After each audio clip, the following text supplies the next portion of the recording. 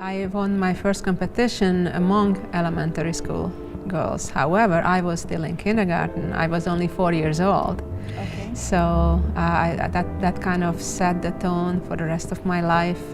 With just 4 years old, not only winning the championship, but winning with a perfect 10-0 score. So that kind of raised a lot of eyebrows and got a lot of attention in the chess circles and beyond. I'm Trish Moiko-Tobin. On this episode of The Melting Pot, I sit down with Susan Polgar, the history-making Hungarian-born American chess grandmaster and head coach for the top-ranking chess team at Webster University in St. Louis.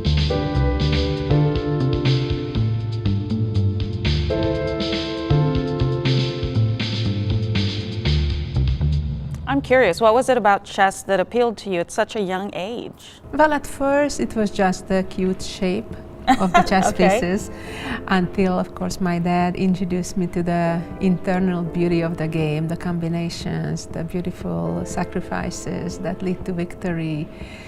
So, of course, eventually that became the key attraction to the game. You started traveling the globe to compete, from competition to competition. What age were you when you started to do that? Well, my first international competition was, I think, at age 11.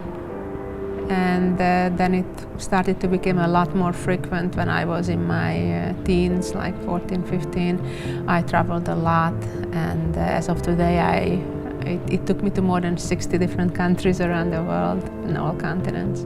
How do you remember those years being like?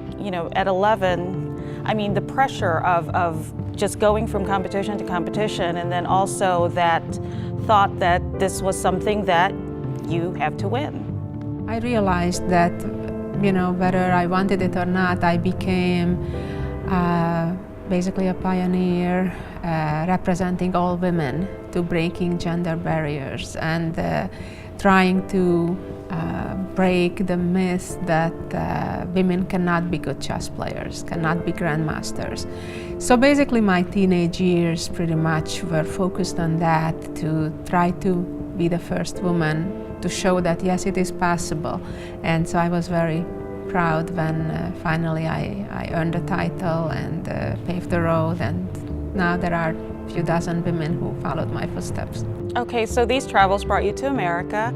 What were your first impressions of coming to the U.S.? That's right. I first came to the U.S. in 1985 to compete at a competition. I was just amazed, and I fell in love with a lot of things in New York and America. Were you already living here when you became Grandmaster, or was that still during your no, trip? I became a Grandmaster while I was still in Hungary.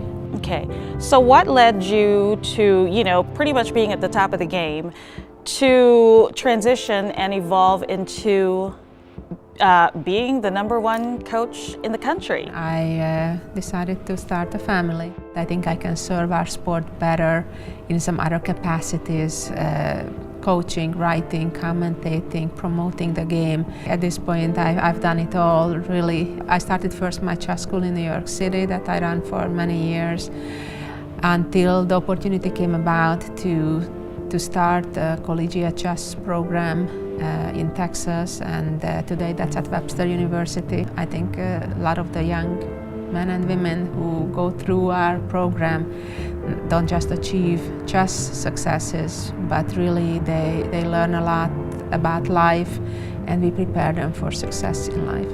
Okay, so let's talk about the chess team at Webster. It's a very diverse group of young people. Absolutely, and I love it. We typically have about a dozen countries represented in our team of 20 to 25 people.